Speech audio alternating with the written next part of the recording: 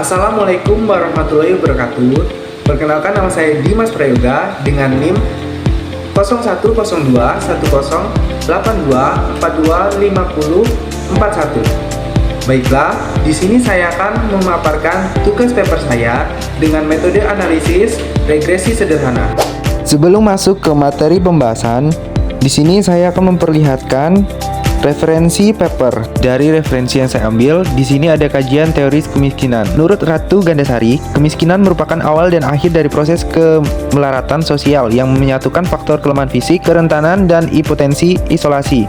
Selain itu, kemiskinan akan menjebak orang untuk membuatnya sulit keluar dari sindrom ini. Baiklah, di sini saya akan menjelaskan berdasarkan hasil pengolahan data dengan program Excel. Garis kemiskinan dan indeks pembangunan manusia yang berada di Kepulauan Seribu ada 670.785, Jakarta Selatan 792.684, Jakarta Timur 594.849, Jakarta Pusat 689.379, Jakarta Barat 570.330, Jakarta Utara 609.310, dan terakhir ada DKI Jakarta yaitu 697.638.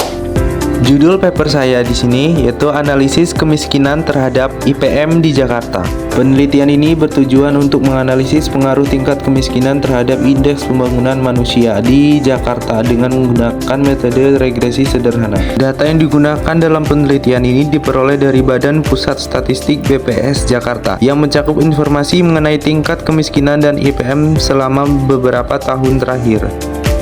Berikut adalah rumusan masalahnya. Yang pertama, hubungan antara tingkat kemiskinan dan indeks pembangunan manusia di Jakarta. 2. Seberapa besar pengaruh tingkat kemiskinan terhadap perubahan nilai IPM di Jakarta. 3. Apa faktor-faktor lain yang mempengaruhi hubungan antara kemiskinan dan IPM di Jakarta. Tujuan penelitian: 1. Pengaruh indeks pembangunan manusia terhadap tingkat kemiskinan di DKI Jakarta. 2. Analisis faktor-faktor yang mempengaruhi kemiskinan di DKI Jakarta. Tujuan pustaka: indeks pembangunan manusia adalah ukuran yang menilai kualitas hidup masyarakat melalui teori dimensi kesehatan, pendidikan, dan teori standar hidup. Bab 3. Metode penelitian. Metode penelitian yang saya gunakan adalah regresi sederhana. Berikut adalah rumusannya. Analisis regresi adalah suatu analisis statistika yang digunakan untuk menjelaskan hubungan suatu variabel respon Y dengan menggunakan satu atau lebih variabel input X1, X2, Xk. Jika K sama dengan 1, regresi yang terbentuk disebut regresi linear sederhana. Di bab 4 ini menunjukkan sumber-sumber yang saya cari di BPS.